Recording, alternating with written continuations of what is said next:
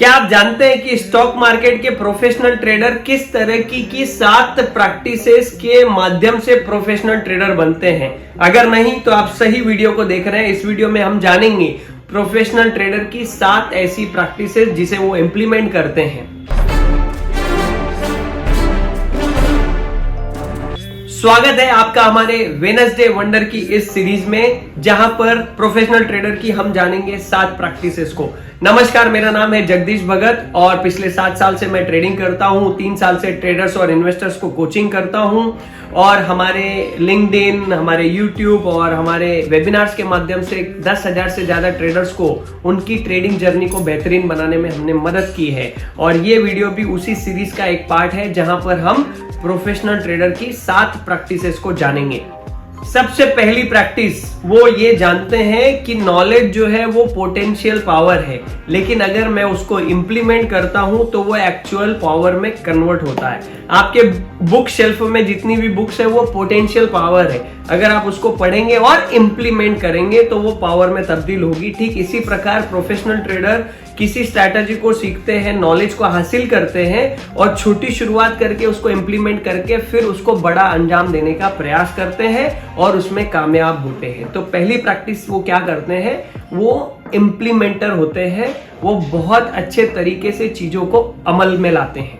दूसरी उनकी important practice क्या होती है? दूसरी उनकी इंपॉर्टेंट प्रैक्टिस होती है वो हमेशा अपनी एंटीना ऊपर रखते हैं, हमेशा चौकन्ने रहते हैं, क्योंकि वो ये बात जानते हैं कि डाउन ट्रेंड भी आएगा, अप ट्रेंड भी आएगा। तो डाउन ट्रेंड में सर्वाइवल करना बहुत ही इंपॉर्टेंट है और डाउन ट्रेंड में सर्वाइवल करने के लिए वो अपने लॉन्ग ट्रेड्स को स्टॉप लॉस लगा करके छोटे छोटे लॉसेस को बुक करते हैं या प्रॉफिट को बुक कर लेते हैं। Learning to book loss is helping them to survival in down trend. So second most important practice is survival in downtrend।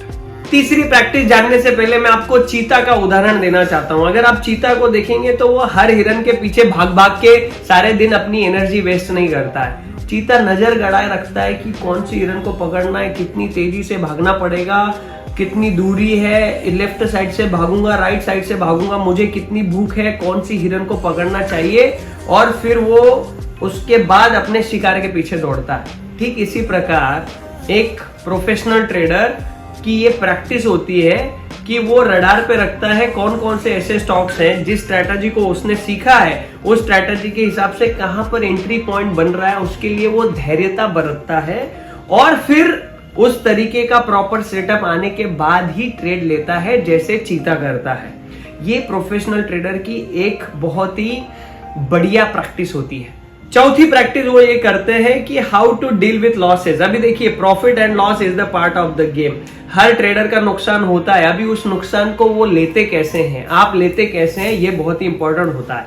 तो 3 चीजों का इस्तेमाल वो करते हैं अपने लॉसेस को डील करने के लिए। पहला, ये वो उसको अपनी हैबिट में ढाल लेते हैं। उनको पता है कि profit and loss is the part of the game, तो वो एक उनकी हैबिट हो गई है। दूसरा, वो ये जानते हैं कि उनके ट्रेडिंग बिजनेस को रन करने के लिए जो खर्चा होता है, उस खर्चे में से एक खर्चा जो है आपके स्टॉप लॉस ट्रिगर होने वाला होता है।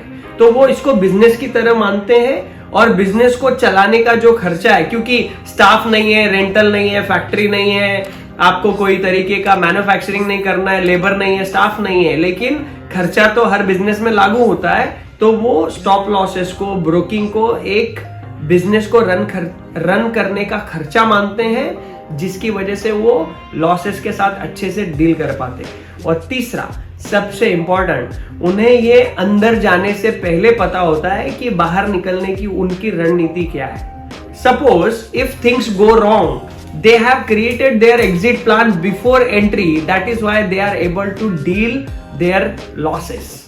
5वीं प्रैक्टिस वो क्या करते हैं? अगर आप नॉर्मल देखेंगे तो लोग किस तरीके से सोचते हैं, अक्सर people overestimate what they can do in 1 year and they underestimate what they can do in 10 years।